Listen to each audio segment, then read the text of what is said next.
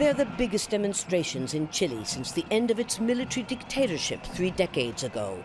And like then, the country is under the watch of human rights organizations. They're arriving in Chile to investigate charges of police brutality.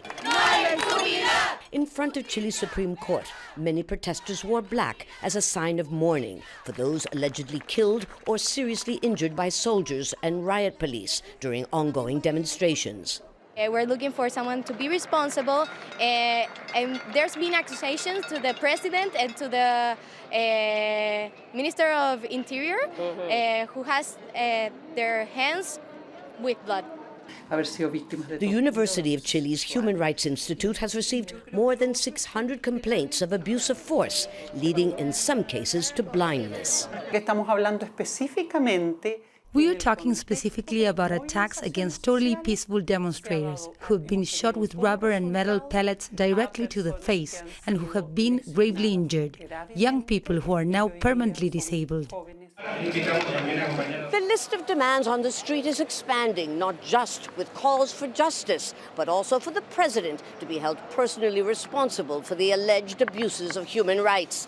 This as President Sebastian Pinera struggles to find new ways to diffuse the ongoing political upheaval here.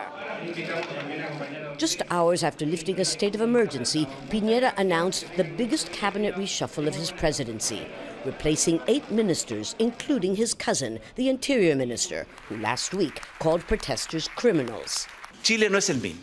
Chile is not the same country it was 2 weeks ago. Chile has changed, and the government also has to change to confront the new challenges of the new times. But the large number of protesters still on the streets suggest Chile hasn't changed. President Pinera says that if authorities have committed abuses, they'll be investigated and punished. But neither the cabinet overhaul nor the lifting of the state of emergency is likely to return calm to Chile, where protesters are already organizing new mass demonstrations for the entire week. Lucia, Newman, Jazeera, Santiago.